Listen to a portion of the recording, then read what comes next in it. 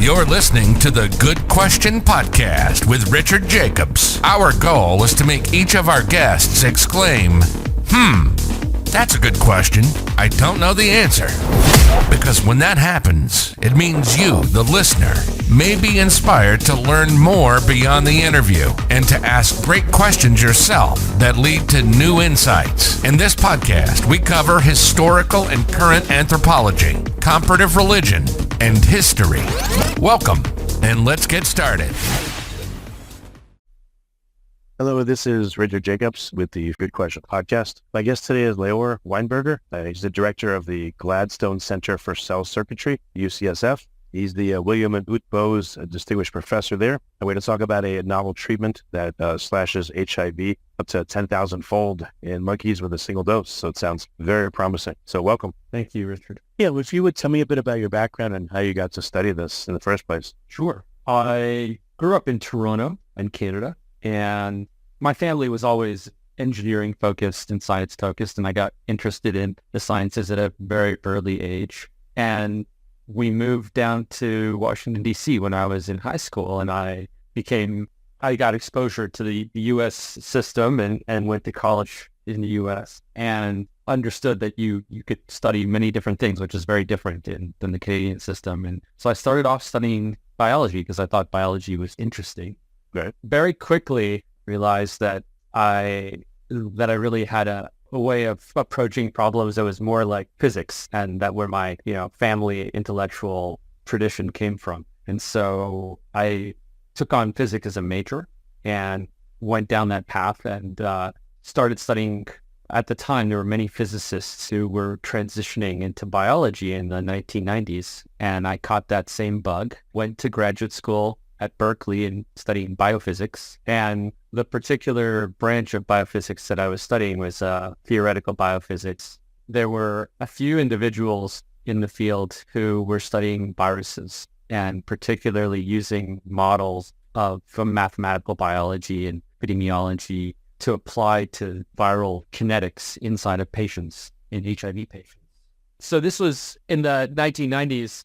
There were a group of physicists that were transitioning into biology, largely solid state matter physicists, condensed matter physicists, using the mathematical tools of that field to apply to biology and try and approach biology in a more quantitative manner. And I caught that same bug and started studying with those physicists / mathematical biologists. And there were a group of them who were working with infectious disease specialists, virologists on HIV. This was at Los Alamos National Lab in New Mexico. I went to work with that group and really got excited and interested in using those models to understand the dynamics of the virus. And there were a number of really important discoveries and insights that were made during that time using these quantitative models. And then I continued moving out west to Berkeley for graduate school in biophysics and continued studying this field of quantitative or theoretical biophysics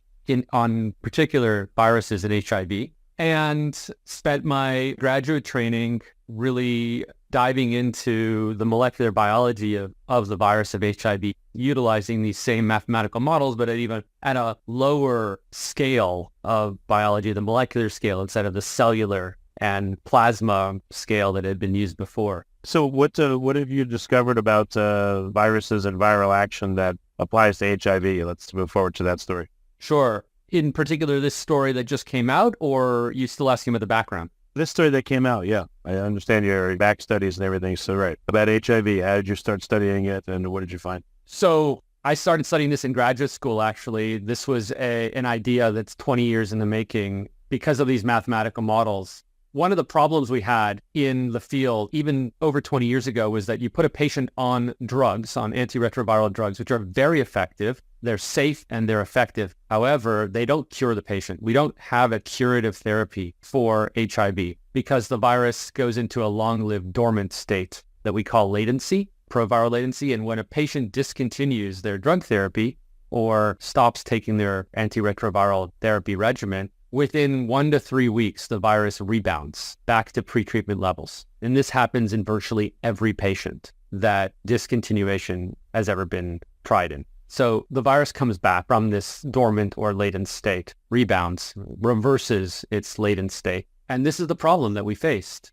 When you apply a certain drug to someone that has HIV, the HIV goes into a latent state. And then after, I would guess there's some, maybe quorum sensing from the virions, or, maybe using the cell centome, they're able to sense and then come out of a latent state after a few weeks. Is that right? That was one original hypothesis. That's not what we believe happens. And it's been pretty well established that what's going on, in fact, and this is the subject of my graduate work, the virus establishes a very early infection right after the patient's infected or the animal's infected, establishes a latent reservoir, cells that are dormant, not actively replicating or transcribing the virus. And those cells are sitting silent. They're latent. Those cells are not attacked, quote unquote, by the drugs. All the drugs that we have attack or target enzymes of the virus. And the viral enzymes are only created when the virus is active at replicating, transcribing. So they don't exist in these latent cells, and these drugs really don't have any effect on the latent virus because there's no enzymes for them to target. Does that make sense? Okay. Those latent cells are there pre-existing. The drugs clear all the actively replicating virus, and the only thing that's left is the silent or latent or dormant virus. And when you remove the drugs, these latent cells that are probably always continually, spontaneously reversing latency. Why wouldn't there be? In fact, cells produce exosomes all the time. Right. Take them in and put them out. So I would think there would be some form of quorum sensing amongst viro cells, cells affected with viruses. If you take out the ones that are actively producing virions, then there's no exosomes from them that would go into latent cells, and maybe there's an absence of signaling. Therefore, those cells now activate, or the signaling changes. It's an interesting hypothesis. I don't have any evidence for that. But one thing to remember is that these latent cells, these dormant cells, they don't have any biomarkers that distinguish them from regular cells. All that's happened is that the virus has integrated its DNA, its proviral DNA after reverse transcription, into the host DNA randomly, pseudo-randomly. Are there any, what's the method of entry for HIV? Are there any capsids, empty capsids that are still attached to the outer cell membrane? Or do they, like a T4, does it go in like that? It goes in through the CD4 receptor, but the CD4 receptor is present on all CD4 cells. It pulls in the entire capsid as well as the payload of the virion, right? It pulls in everything, and there are very few virions that infect this cell. There's one, these latent cells comprise a very small number of the total number of cells, a total number of CD4 cells, probably 1 in a million, 1 in 10 million. And there are very few of these virion particles that infect an individual cell. It's probably one virion for every few thousand or more cells. So it's not like we have a lot of these virions decorating the cell. It's a single viral particle per cell that's infected. And there's really nothing distinguishing these cells, these latent cells, from a regular cell. There's no active viral replication or transcription. These cells are just carrying the viral genome somewhere in their genome that's silent and hibernating. So it's not like there's anything going on in these cells that distinguishes them. Have you looked at, again, exosome production? I know it's hard to isolate these things, but I know in tumor cells, they've seen a change in the extracellular vesicle profile. Yeah, tumor cells are different. Tumor cells, right, they're transformed. But regardless, it has been looked for 20 plus years. Biomarkers for HIV latency have been looked at for 20 plus years. And the short answer is we're still looking. Same with integration sites. I'm getting a little off topic, but it's interesting, I'm sure. No, it is. So great. But HIV latency has always been the problem. The reason we don't have a curative therapy. And this is, so as a graduate student, I was thinking about how do we build a therapeutic that can somehow circumvent or overcome this problem. And one idea that I'd float, this is unfortunately the way that these ideas work sometimes is they're not elegant. They're arrived at in very circuitous and inelegant ways. And this is one of those examples. I was thinking that we could try and develop a therapeutic that instead of activating all of the virus, it was an approach called kick and kill that people were very excited about, or shock and kill, activate all or reverse all the latent virus and then kill it with available antiretroviral drugs. Instead of doing that, and the problem was that really did not work and was very toxic in the times that people tried it in patients. We still haven't been able to do that. But instead of trying that, perhaps we could try and find a way to turn off the virus and push it into a latent state, all of it. And then very quickly I realized, well, that would be the same thing as continually taking a drug all the time. You'd just be taking a different drug.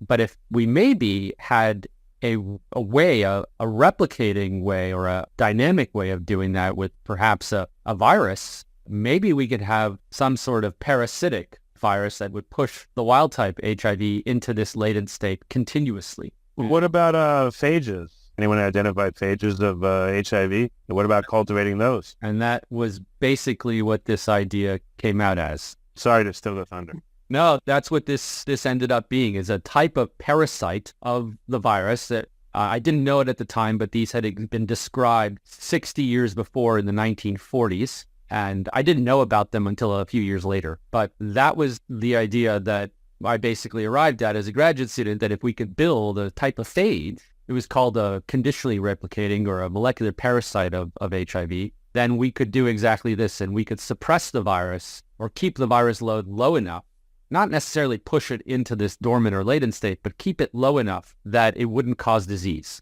We would reduce the amount of virus in the blood, and we know that the amount of virus in the blood is directly correlated, still is the single best correlate that we have of disease progression. The lower the amount of virus in the blood, it's called the viral load, the slower an infected person or person living with HIV progresses to AIDS. And the lower the amount of virus in the blood, the lower the viral load, the lower their transmission potential is. For every 1 log or tenfold reduction in viral load, there's about a 2 to 3-fold reduction in transmission potential. So that was the idea. Well, why? What happens? What do you mean? Oh, the amount of virus that's circulating for many viruses is the correlate of disease progression.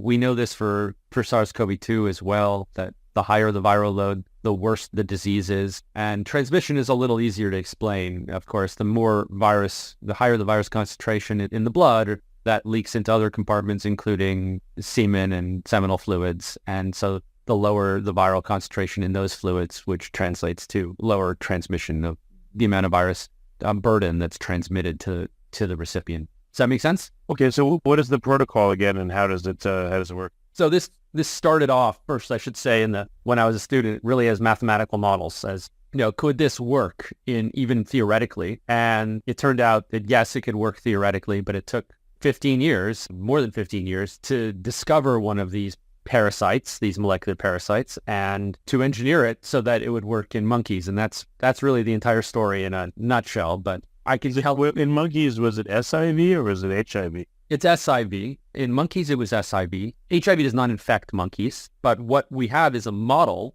where an HIV-like virus. So these viruses, these retroviruses, HIV-like retroviruses, are incredibly successful evolutionarily. They've infected every primate on the African continent. And people have endogenized retroviruses too. I've heard like herbs, right? Yes. Human endogenous then they're 8% of our DNA are supposedly? Depending on how you count, it can be up to 11% of our DNA, fragments of retroviral fossils in our genome. But that's correct. We have ancient scars or signatures of retroviral infection in our germlines. Like placental formation, in gestational mothers, that comes from syncytin, I guess, I may have mispronounced the compound, but that comes from a virus, an endogenized retrovirus, right? Supposedly? Supposedly, yes, that's correct. HERV-K sync1 is seems to be imported in syncytia formation in placenta, or placental formation.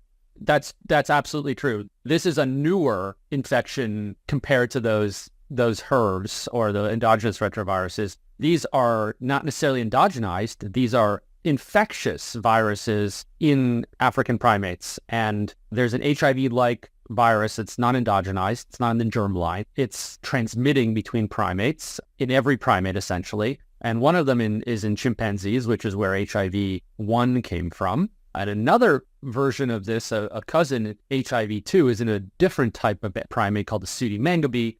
And HIV-2 has also infected humans, but the model that we have in monkeys is that if you take one of these viruses, usually HIV, the HIV-2 or as Pseudomangabe version, a version of this, a molecular clone, and infect Asian monkeys, rhesus macaques, who have not been exposed evolutionarily to this virus, they get an AIDS-like disease and they can die quickly. And that's the model that we used, a version of that model in infants, which is incredibly pathogenic. And these animals succumb to an AIDS-like clinical endpoint in 15 to 17 weeks. So that's the model that we used. Who is studying latency? I mean, it seems like an incredibly important thing to study. Why is there latency? What governs the period? What factors, govern its the transition into latency or out of latency? Just in this conversation, like I said, phage activity can modulate it, is my guess. Again, extracellular vesicle activity could change. Epigenetic marks could be a pseudo biomarker for viral cells, infected cells. They interplay with the immune system. What kind of cell-to-cell signaling is going on there? We're immune to cell signaling that would, again, push a viral cell into or out of latency. Who studies this?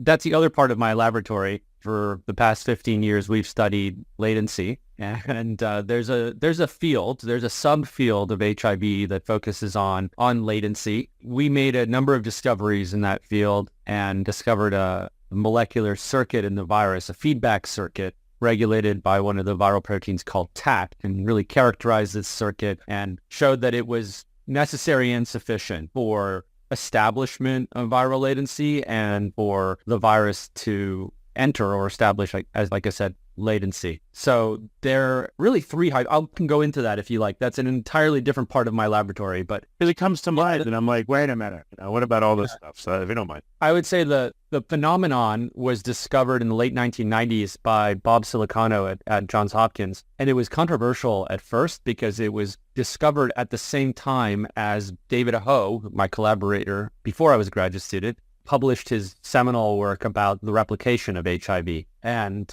I love telling stories, so I'm just going to tell you a story. You can stop me. It was believed when in the early 1990s, late 1980s, that the reason that patients were not succumbing to AIDS quickly, in most cases, it was usually about 8 to 10 years, the average time that an infected person, that it would take to progress to full-blown AIDS. And the hypothesis in the field was that the virus was sitting dormant for that 8 to 10 years because the technologies really didn't exist. There was no PCR at that time. It was just being invented. The technologies didn't exist to detect the virus at low levels. So David Ho and others employed PCR in the mid-1990s, and also a new set of drugs that were just coming on the market, the protease inhibitors, to very rapidly shut off viral production and measure the viral load with PCR. And they found that there was an enormous amount of viral replication occurring during that pre-AIDS time period of 8 to 10 years. And so the hypothesis shifted based on this data to, it's not that they used something called the bathtub analogy. You can have a low level of water, or viral load in this case, by the tap being off and the drain being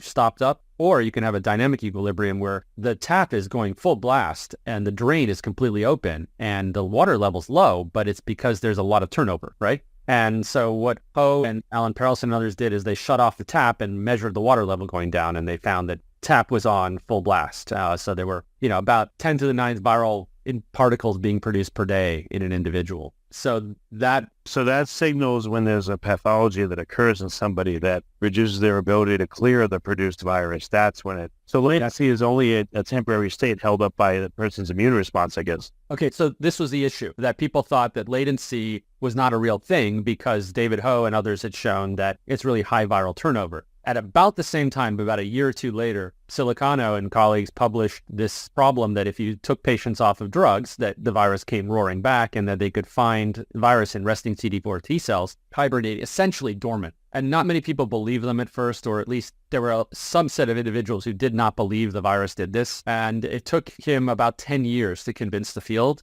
But it's very clear now that the virus is latent. And what's going on is that you don't latency, those, the cells are 1 in a million, 1 in 10 million that are actually dormant or latent. They don't make a difference during active viral replication. They don't have an effect. But as soon as you remove active viral replication with antiretroviral drug regimens, which stop completely viral replication, the only thing left are these dormant cells that are 1 in a million. And if you then discontinue the drugs, the virus comes roaring back from those 1 in a million cells. So they kind of like stem cells in a way for a tumor. Exactly. Yeah, you could think of them that way. But why some cells, what governs the decision of latency or not, if you can call it such a thing in a given cell? Is it cell type specific or what's going on? Very good question. And this is what still drives the field. And I would say, and the way I present it is that there were three hypotheses. The first hypothesis was that the virus integrates randomly into the host genome, pseudo-randomly. It sure likes genes. About 80% of viral integrations are in the 5' end of open reading frames. And of course, genes are 3% of the genome. So it really likes genes, right?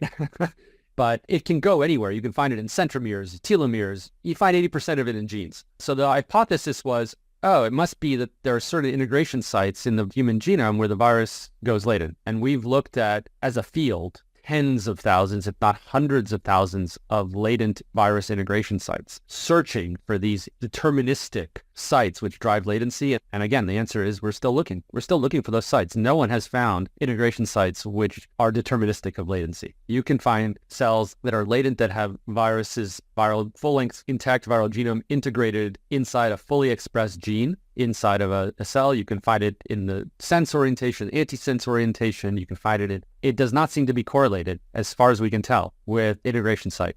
No one has found a good example of that. There are papers, very fancy papers about this, but there's no real answer to those papers. They're just large-scale analyses of atlases of viral integration sites in these patients. I understand it's not necessarily location specific, but of the various locations that, viruses can be found, can you assess if there's activity going on or if it's just, the virus is just kind of hanging out there? And is it bonded to anything? Is it just free floating? Like, what is its state versus when it's attached to the genome? No, it's always integrated. I mean, integrated meaning it's insertional mutagenesis. It gets in between two base pairs and inserts its 9.7 kb genome in between two base pairs. So it's not attached, it's integrated. Okay, gotcha. So I would suspect there's got to be an epigenetic signature of attachment. Maybe only in the successful areas, but it's got to be. It would alter the reading and transcription of the genetic material. It definitely alters the genetic material, there's no question. Whether the epigenetic marks have any real meaning is still an open question. Has anyone even looked to see, well, there's more methylation occurring at this site where it endogenized or less or... Absolutely. Absolutely. 100%. That was a hot area of research for a decade or more. And in fact, one of the main clinical latency reversing agents, they're called latency reversing agents that are used for shock and kill. One of the main clinical candidates were HDAC inhibitors, histone deacetylase inhibitors. And these were tried for at least a decade by many groups and have now effectively been abandoned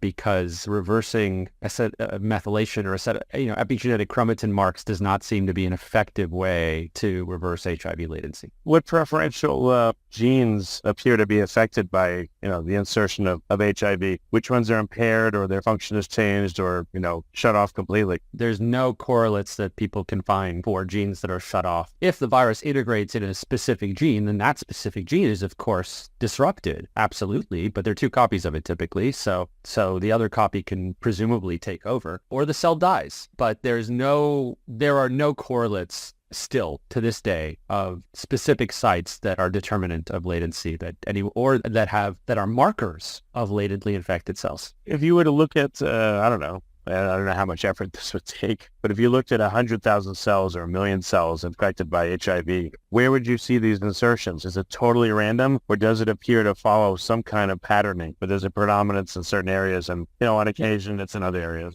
Yeah, of course. There are hotspots. There are, as I said, a preponderance. 80% of the integrations are in 5' end of open reading frames. So it likes genes, the integration. But if you look at latent cells that have gone latent or in patients or in culture models, you can't find specific areas or genes that are overrepresented, maybe slightly overrepresented, but I think it's very controversial whether that's a statistical anomaly or real. So no one has an answer to the integration problem, whether virus latency is integration site determined. Yeah, I can see why, I think, because you have to study more and more cells and more people. So million cell study in 10,000 people affected with HIV, maybe then you would see it, like 3 or 4 avatars or patternings, but it would take a lot to find that, I guess. That's been done. Maybe not 10,000s of people. Yeah, those sorts of studies have been done. And still, you can find slight preponderances, statistical preponderances that I think most of us are like that. You can find that we've seen that before. So yeah. What about, maybe a little off topic, but like supposedly right now there's an endogenized retrovirus that's affecting koalas, killing the ones that are, it's like, I guess, was it feral cat? I forget what it is in Australia. The rabbits where a virus had wiped out like 99.5% of them and then the rest multiplied. But I guess with koalas, same thing is happening or something similar. Any learnings from there, or is it kind of too far afield, that retrovirus? I've heard about as much as you've heard. I don't know very much about that at all. Okay. And maybe just something interesting to look at, I guess. Maybe it would give clues to what you're looking at, but maybe not. It's fascinating. Regardless, back to HIV latency, the second hypothesis was that the virus, we knew that these cells that were latent were resting CD4 T cells, and the hypothesis was that the virus infected, we knew it required, or largely required, activated CD4 T cells. That was the hypothesis. And then maybe these cells relaxed or retreated, and the virus went along for the ride. It was called the epiphenomenon hypothesis. And that was a dominant hypothesis throughout the early 2010s, late 2000 and noughts. And it was a beautiful hypothesis and made a lot of sense. The only problem was there was no evidence testing it, and there was no direct test of it. So we tested that by infecting cells that were activated and letting them turn off using a virus with a very short-lived reporter that would only be expressed but when the virus was expressed. So we turned off the cells in culture and from donors, and cells turned off really readily and really effectively. And the virus didn't seem to care, just kept on going, no matter if the cells were active or the cells were resting. So that was a series of papers, back-to-back papers in 2015 where we showed that, and basically showed that you can't explain the entry to or establishment of latency by the cells, the epiphenomenon hypothesis. And that was subsequently validated by another group, repeating our same experiments in a very similar context. The third hypothesis was that I had been pushing since I was a graduate student, which is that it's not the cells or the integration site, it's actually the virus, and the virus encodes its own program for latency. And this was, I think, very minority opinion, maybe a minority of one. That's what we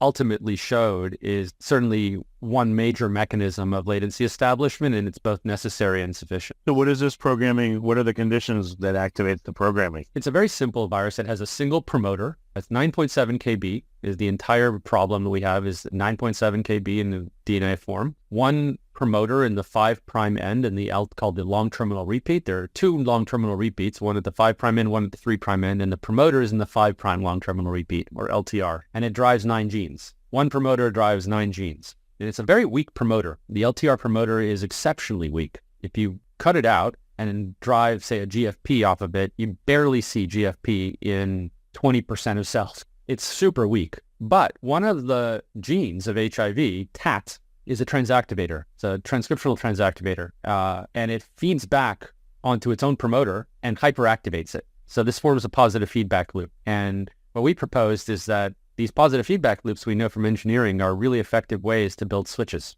on-off switches. And maybe what this positive feedback is doing is acting as an on-off switch. And so we characterized that positive feedback loop and how stochastic fluctuations or noise in expression and molecular interactions could act to turn on and off this switch. And that's how, to this day, we believe that latency is established and regulated, that the virus infects a cell, reverse transcribes, inserts its genome randomly, and then TAT is expressed. And if enough TAT is expressed, the feedback loop activates, but it's an incredibly noisy promoter, and these feedback loops amplify those fluctuations. And so you get these enormous fluctuations in the amount of TAT in a cell. They're going up and down. And sometimes these fluctuations are so large that they slam into zero, and that's a molecular extinction event of the TAT molecule. And the promoter can't really recover from that molecular extinction. It doesn't have TAT to activate it anymore. And so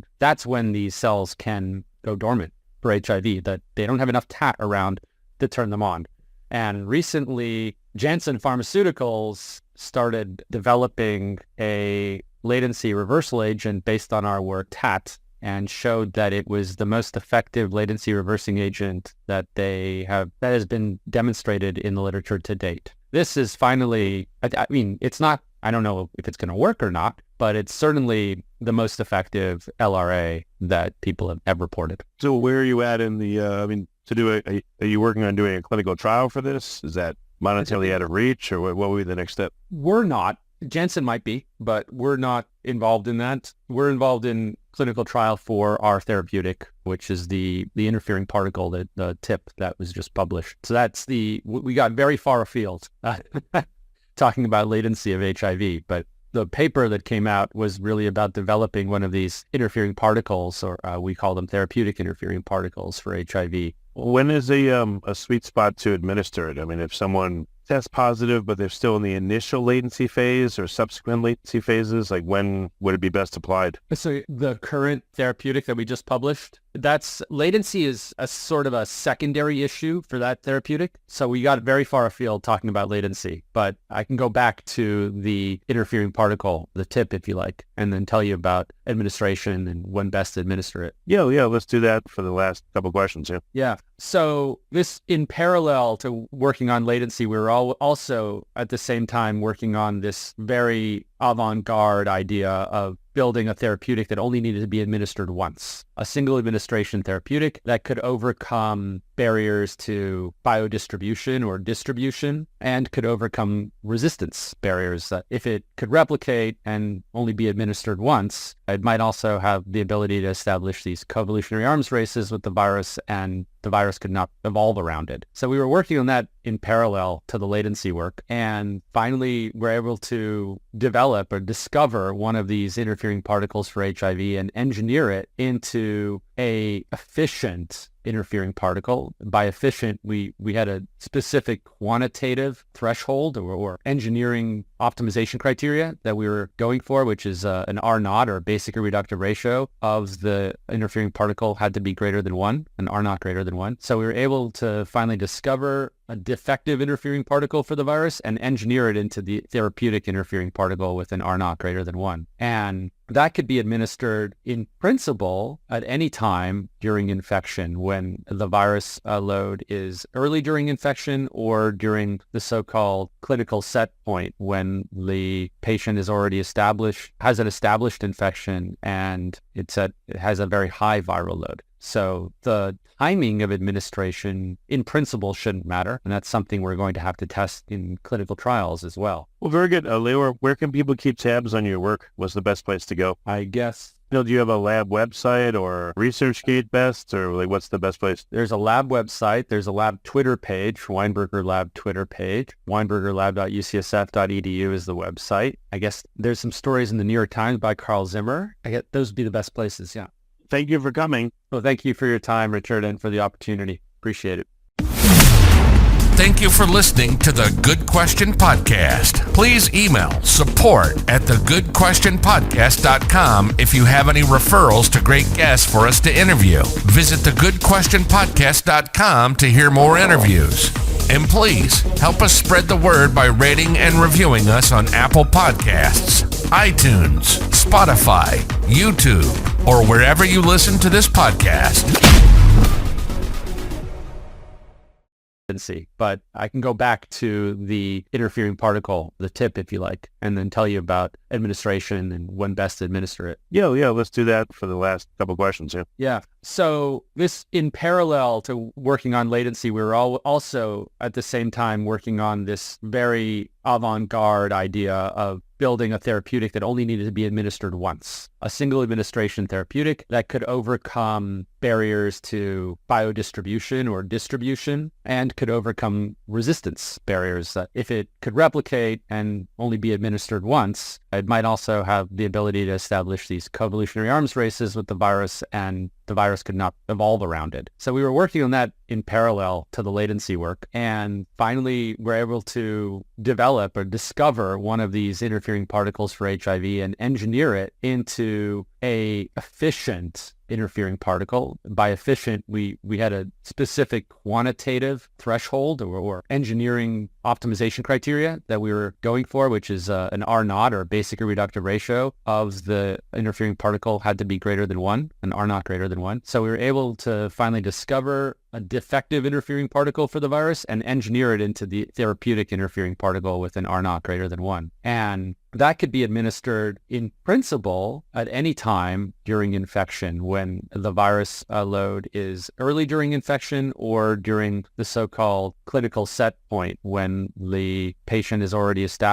has an established infection and it has a very high viral load. So the timing of administration in principle shouldn't matter. And that's something we're going to have to test in clinical trials as well. Well, very good. Leor, where can people keep tabs on your work? What's the best place to go? I guess, do you have a lab website or ResearchGate best, or what's the best place? There's a lab website. There's a lab Twitter page, Weinberger Lab Twitter page. WeinbergerLab.ucsf.edu is the website. I guess there's some stories in the New York Times by Carl Zimmer. I guess those would be the best places, yeah. Thank you for coming. Well, thank you for your time, Richard, and for the opportunity. Appreciate it. Thank you for listening to the Good Question Podcast. Please email support@thegoodquestionpodcast.com if you have any referrals to great guests for us to interview. Visit thegoodquestionpodcast.com to hear more interviews. And please help us spread the word by rating and reviewing us on Apple Podcasts, iTunes, Spotify, YouTube, or wherever you listen to this podcast. .com to hear more interviews. And please help us spread the word by rating and reviewing us on Apple Podcasts, iTunes, Spotify, YouTube, or wherever you listen to this podcast.